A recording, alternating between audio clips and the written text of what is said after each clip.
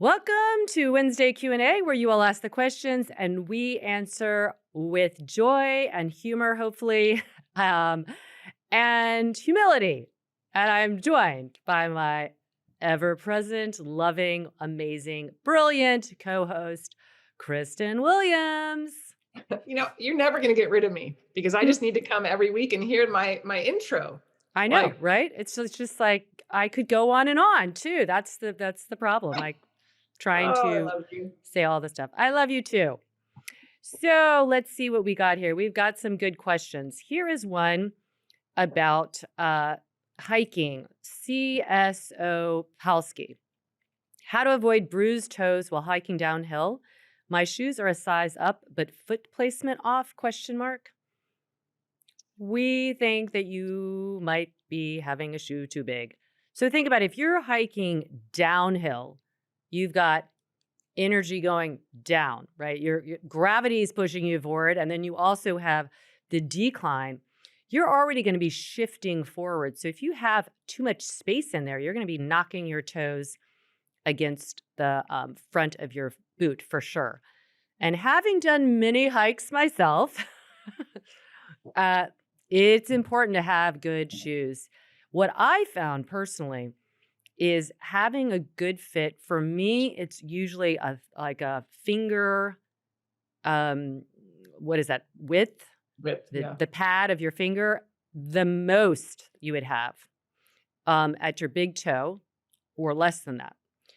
And then the wide toe box is huge because you need to kind of round out, so to speak, places where your foot can venture. And if there's more of a little bit of space around all the toes, you're not going to be just forcing forward, and they kind of stay in their place. But you don't want too much if it's too big.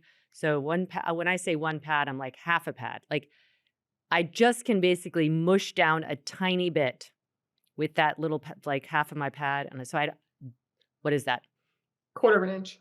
Yeah, quarter of an inch. It's not much. It's just enough that I don't feel my tip of my toe at the end of the boot. But you don't want too much space in there because think it's going to be moving around.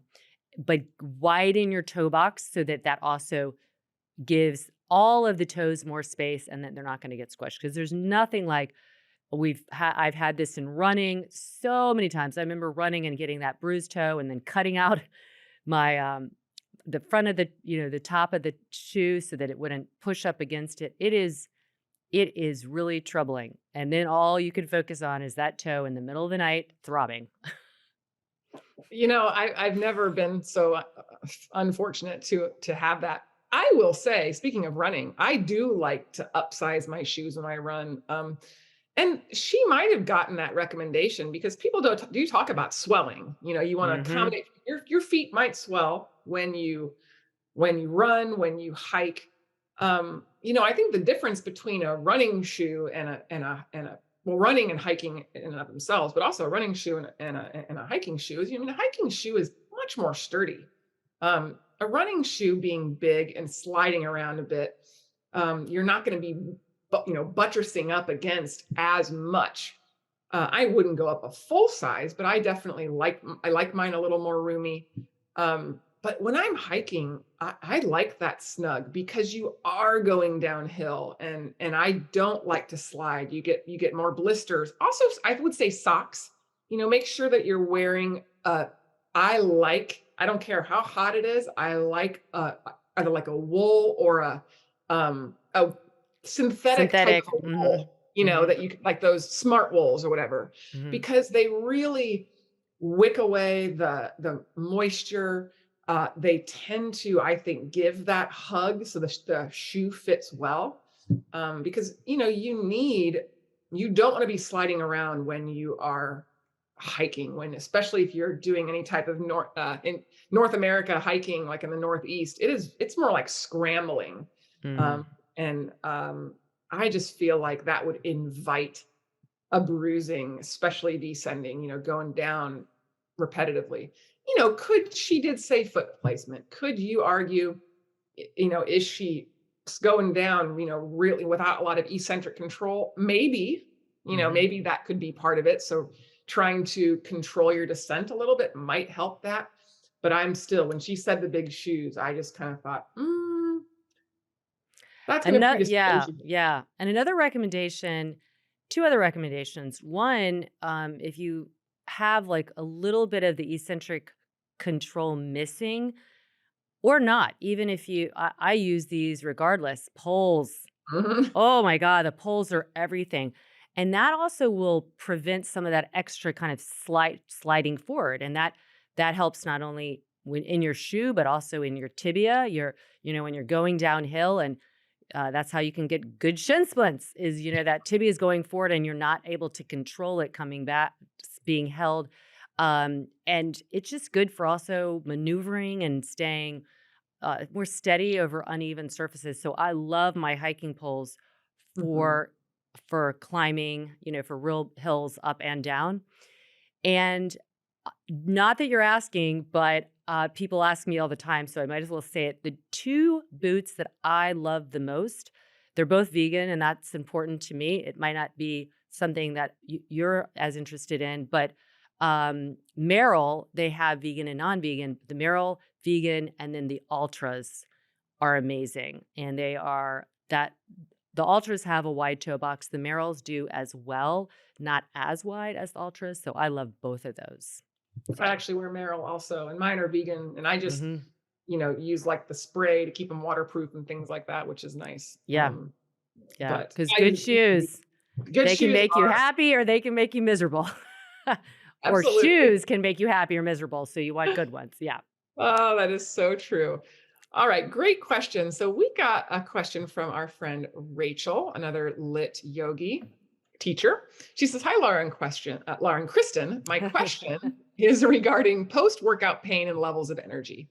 I have noticed that at certain times of the month, I have longer lasting DOMs and lower energy, and try to choose a gentler practice. Can you discuss this, please?" And then she also goes into another question that we can kind of combo these together. She says, after a particularly strong class, she was sore in parts that she's not used to working as much, like her arms and her calves. It lasted like 5 days. A week after that, I had a massage and she worked a lot on my shoulders.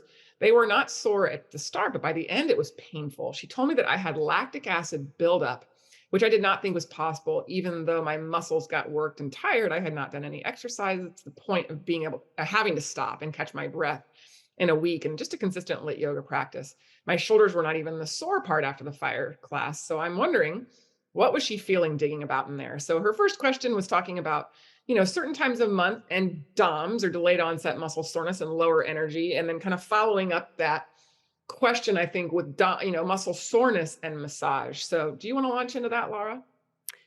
Yes, so, there are definitely times of the month, meaning if you're a woman and you have a menstrual cycle, that there are going to be times where you will have more energy, more creativity, more spunk naturally, versus times you won't feel that. You'll feel more like energy depleted, maybe a little bit more internal and not wanting kind of emit as much energy. So it is good to kind of track your own tendencies or there's look up what is normal, not normal, but what is has been written about in research that has been noticed, like when you're ovulating, how that is on your impact. Usually you have a kind of lower level of energy.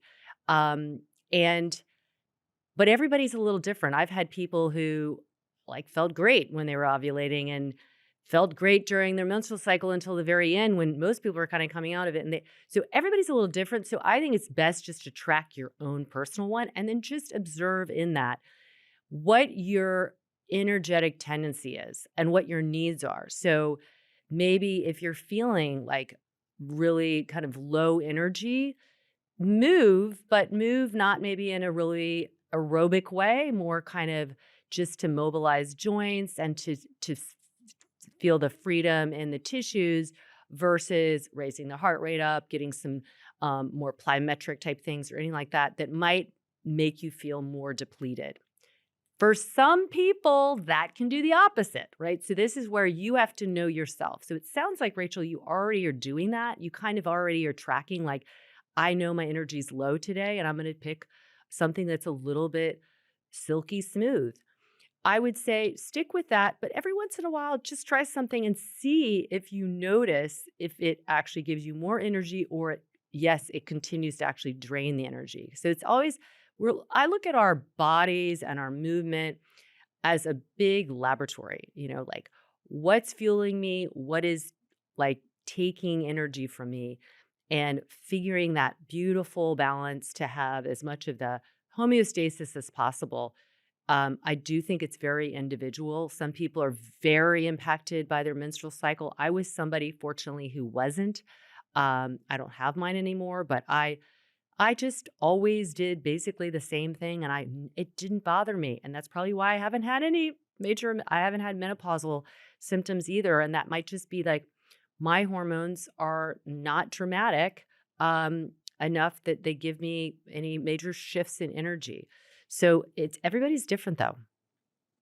Yeah, well, I agree with you. I've been fortunate enough to not be affected by way of energy level or muscle soreness or anything like that with my period. I will say that one of our fellow lit PTs, who also is a one of our blog writers, Thalia, wrote a great blog on our Lit Yoga website called Train Like a Girl. It's from May 19th, 2022. So if you're listening to this later, you can go on our website and read all about it, where she says, follow the rhythm of your monthly cycle and optimize your training. So, she really does talk about how this does affect some people. Laura and I are lucky. We aren't those people. The only experiences I've ever had is just having pain in my pubic symphysis around the area of around the time of the beginning of my period, when I was a little weaker in my core. I don't have that anymore for the most part. Since I've been training with lit for so many years, my core is so much more strong that I don't feel that. But I would go read that blog. I think that you can get a lot of good information from that, Rachel. And then looking at the second half of your question, when we're talking about lactic acid buildup and DOMS, and then going and getting a massage, and if somebody's been digging around in your muscles, you weren't even sore when she got up in there. If she was really spending a lot of time, this is soft tissue. You know, I this is flesh. So we can break down, we can hurt ourselves with soft tissue, with soft tissue release.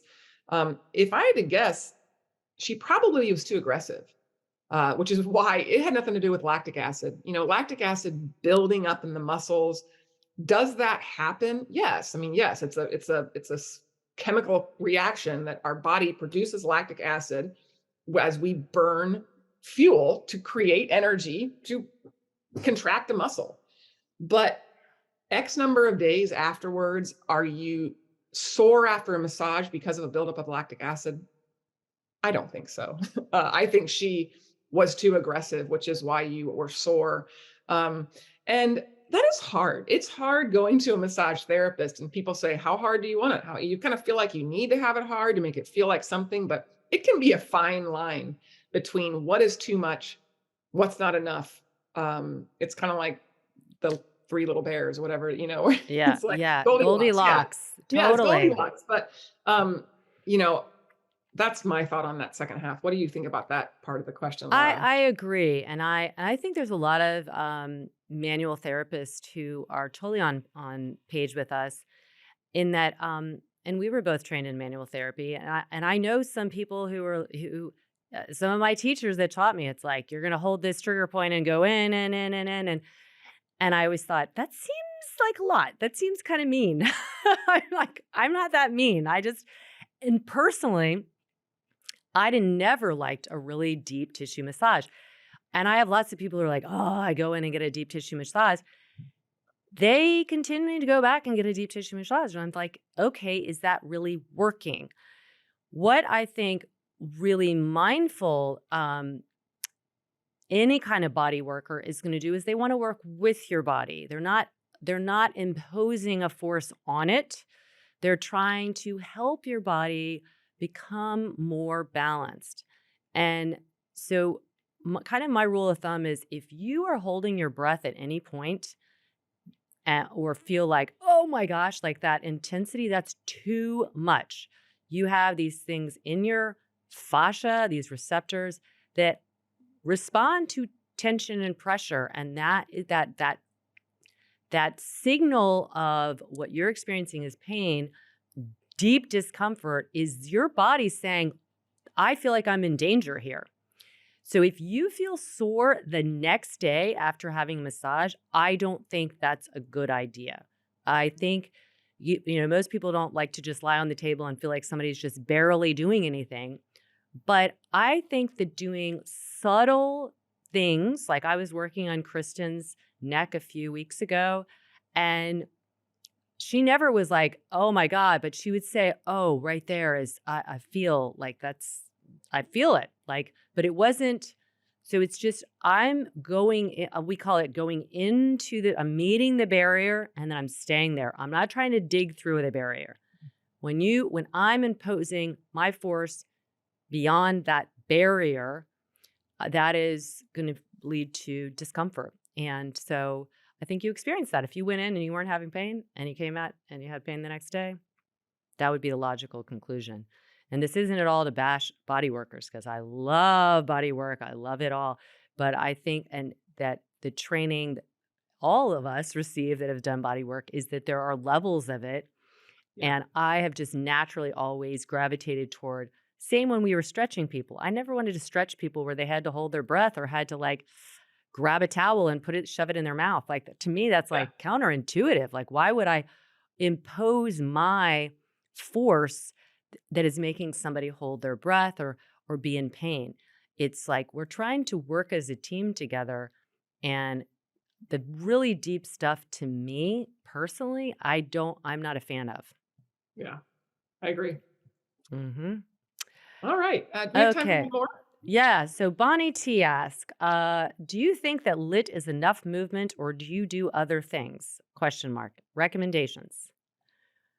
Well, I, go yeah, ahead. I'll launch in. And I mean, I created this method and I fully believe that I created it actually with the intention that it be a one stop shop experiment, right? Or experience.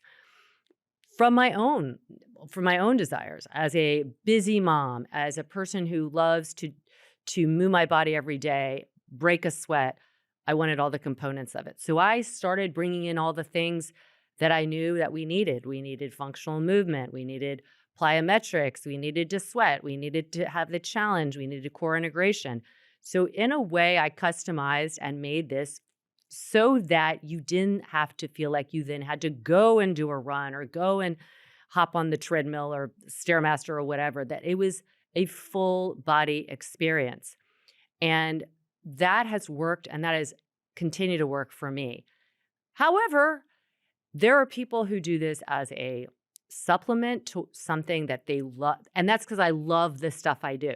Some people love running more or they love, hiking more. They love playing lacrosse or my rowers, they have something else. And this is an adjunct to help the balancing of something that is maybe not as full body balancing as lit is.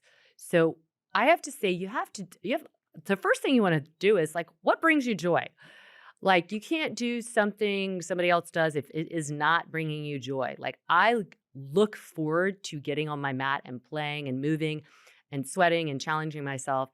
And I'm never bored by it. It is fulfilled me physically, mentally, physiologically in many ways.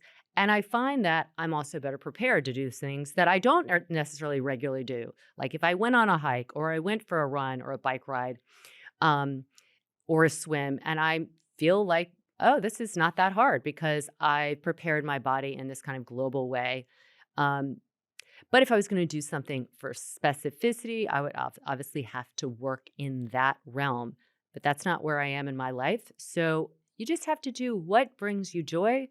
And I will let you say what you have to say about that, KB. No, I mean, I right what you said there with what brings you joy. I was am a runner. I was a heavy runner before I started lit, and then found that I needed to run less once I started lit. And by need to run, mean because I was finding more joy doing lit than I was running. I'd gotten to the point where running felt like a chore, and joy, and I still do, I always find joy with lit. Since I've moved up here to, I'm now in Wisconsin, and I live on by the lake. I live on this wonderful running path. I started desiring to run again. So I am now running again. And it's just 3 times a week. But why? Because it brings me joy, and because it gets me out of the house. I now work from home. So um the other thing I will point out is, lit, especially the lit daily, we have more than just yoga on there. That's why we have the HIIT classes. That's why we have the resistance band classes. Because let's face it, I mean, variety is the spice of life up here in our brain. It's also good for your body. What I do love about lit is it's not like a running. It's not like running. It's not like any other sport that tends to be repetitive. Rowing repetitive, cycling repetitive, running repetitive, soccer. I mean, everything is repetitive. With lit becomes more like dance, where we can choreograph it to change, which is a beautiful thing. That is what drew me to it, because I love a choreography. I was a dancer, so I like that I could never do a yoga practice that was the same poses every time. That would kill my spirit. But it also, no, it's not good for your body. Your body, when we train, we start to lose the benefits of training as your body becomes, it's very adaptable. So you're getting all this great, your heart, your cardiovascular is improving, your strength is improving, your flexibility. And if you keep doing the same thing, you're going to plateau. It is how the body works. So you need variety. You need to change it up. You need to either change, if you're a runner, you need to change that you're doing hills. You need to change your speed. You need to change. That's why cross training is popular. Lit is its own form of cross training. I do other things for other reasons. And it's simply because I love to go run by the lake. The water brings me joy. I love to take my dogs for a walk because that brings me joy. You love to walk around in nature because that brings you joy. But I don't feel like I need it for my health. Let's put it that way. Mhm. I love that. Yeah. So I think the bottom line is do it brings you joy, and yeah, make sure that that joy is more than just sitting on the couch reading, because we love to do that too, but like what movement practice brings you joy. And we do have to think about the body as this incredible um just channel that we can tune, we can change, that we can amplify by taking the desperate parts and that they're and putting them all together. The things we do need to get, we need to take care of our heart, and lungs. We do need to take care of our posture and our musculoskeletal system and our mental health. And so whatever you're doing, if it kind of checks all those boxes, yeah, that's do a lot of that, and maybe do something else because you want to, not because you're feeling like I got to get this in. So yeah, I hope you keep doing lit with us. And if you want to write us any questions or have any questions about lit, first of all, check out Lit Daily. If you're not on it, we have a 2-week free trial that gives you lots of chances to check about all these things we're talking about: the yoga classes, the HIIT classes, stress relief, prenatal, postnatal, specific collections. Like Kristen has a sciatica series for both yogis and non-yogis. We have an office worker series. We have a posture series. We have a lot on there. So just get in there and explore like it's a Netflix thing. So check that out, Lit Daily. Again, we got a 2 weeks free trial. If you're a Lit Daily subscriber, share it with your people, share it with your friends. I'm sure you already do. We have so many people who do that. And finally, if you want to send us a question about the podcast, you can find us on Instagram, Lara.Hyman, KBWilliams99. Just direct message us. Or you can write us at support@lityoga, lytyoga.com. And we always get those. We actually get a lot of questions through there that we just have forwarded to us, and we hold on to them until the next time we record. So please write, and then also please rate and review us. That means a lot for us to see how you feel we're doing, because we try to keep this fun. It sure is fun for us, and we hope it's fun for you to listen to. So We do. And we are always pulling